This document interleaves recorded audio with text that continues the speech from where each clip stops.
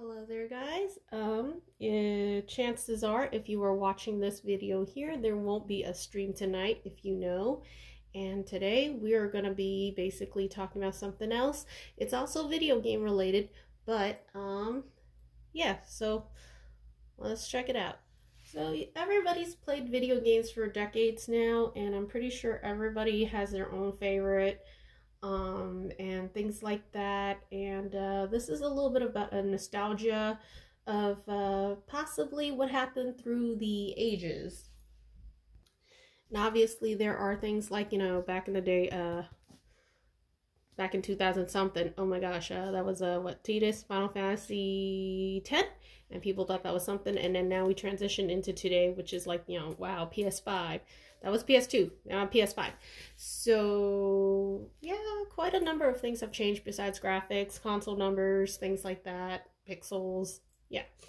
But here's another take on the subject. How about strategy guides? And I will show you what I found.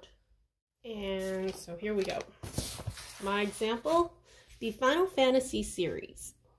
And don't mind me, this is just like, you know, I'm picking out like two random books from Final Fantasy.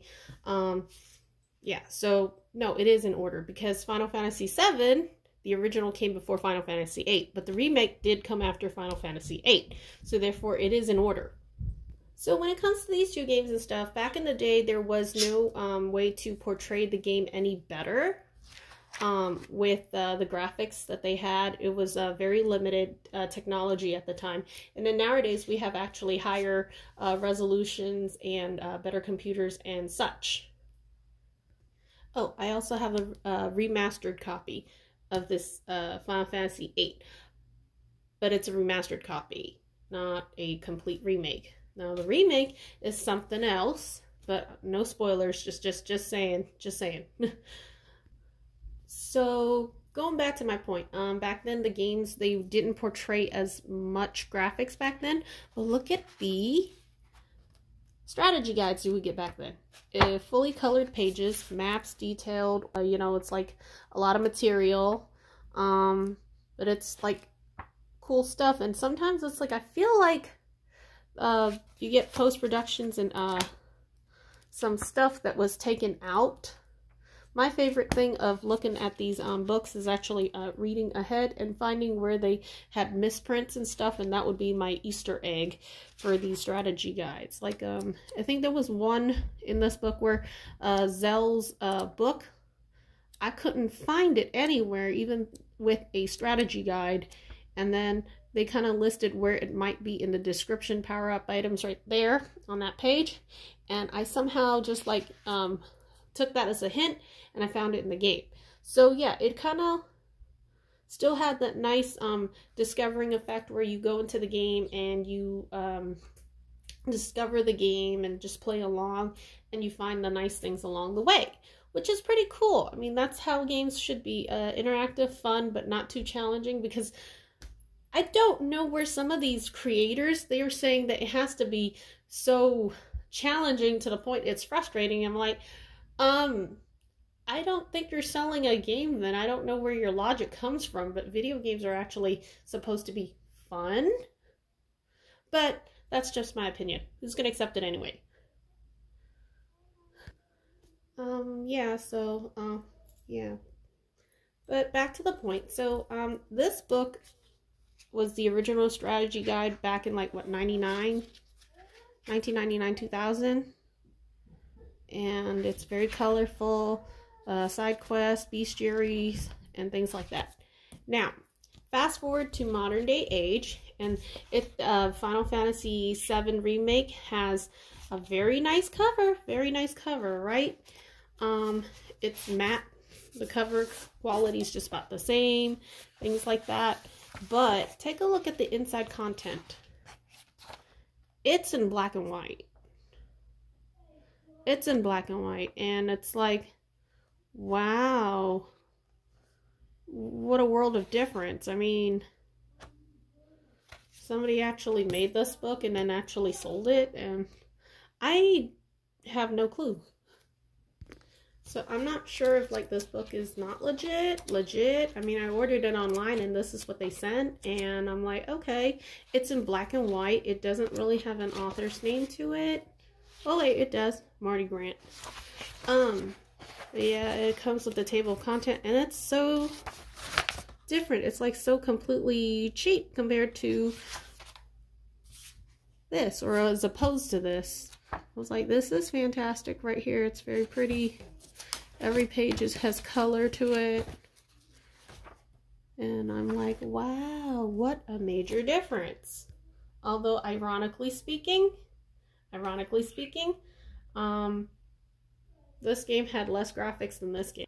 But that game, cool for the time. This one, I heard some things about this Final Fantasy remake, the 7 remake. I've heard some things and it's kind of strange and stuff. My favorite was actually Crisis Core. To me, it made sense because that was the prequel to tie into Final Fantasy 7, and then now they remade Final Fantasy 7 to fit with the times. Alright, well, anywho's, I don't know if anybody wanted to know which one was my favorite game, or actually every time I talk about it, they're like, which one do you like more? And I said, I don't know. I play them, but it's like, yeah, I like them, but it's like, yeah. Each game is different and it's special and unique. I can't choose. And then they're like, okay, who's your favorite character? A lot of people like Yuffie. And then,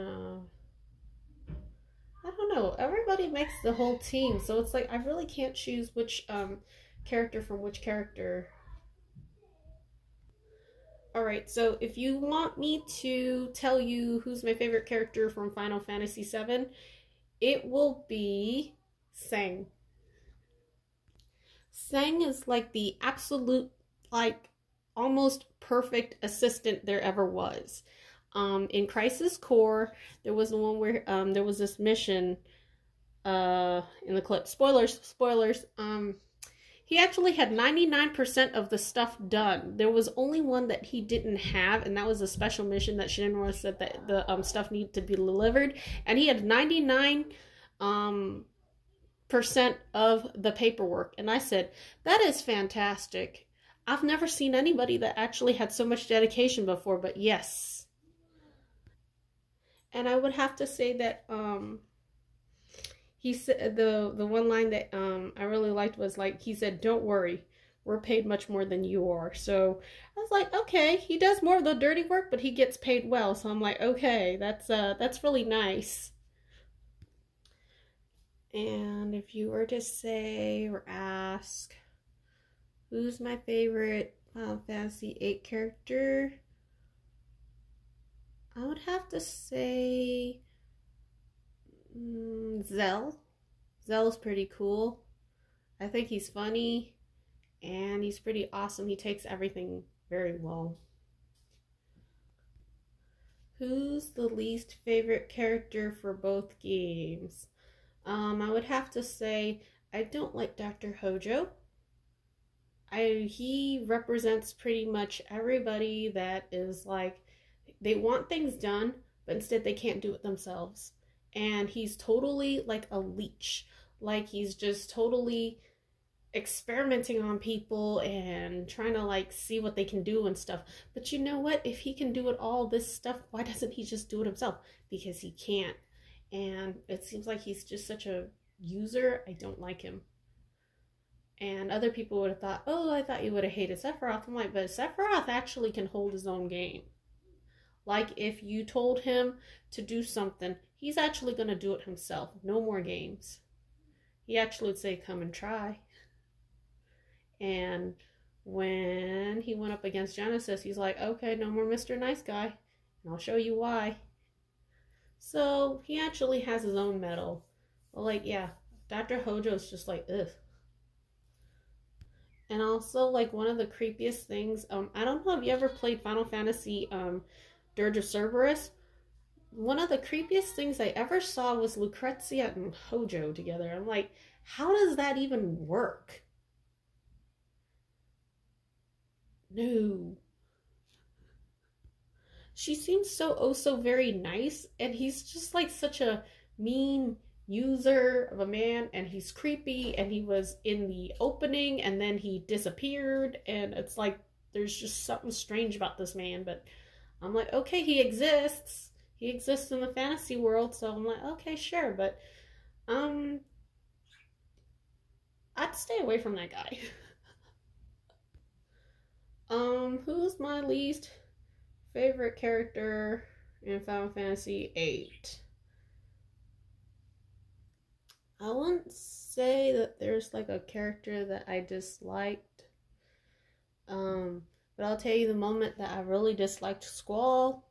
There was this one glitch in the game. There was one of the missions where I ran ahead and I tried to talk to him, and I thought that there was going to be a dialogue, but rather than having a dialogue, he actually ran to the side and ran ahead of me and then played the movie clip. So I got really upset with Squall at that moment. I'm like, well, fine, be that way.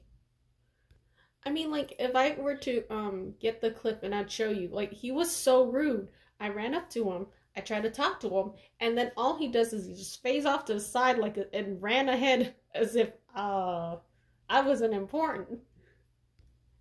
And in that moment, I was like, well, now. And yeah, it just made me really mad at the main character since, because I'm like, wow, really? But well, I guess that is it, and I do apologize there is no stream, but this was actually one of the things I was talking about, instead of like a stream every night at the hour that you guys tune in and stuff, which I do appreciate and thank you guys for. And yeah, just keep on watching when the stream comes up. But yeah, so in place of the stream tonight, you get a review of some video game strategy guides. How's that? So let me know what you think about the video. Subscribe, share with your friends, leave a comment. I'd like to hear from you guys, and I will see you guys next time, and thank you guys for watching. Blessed be.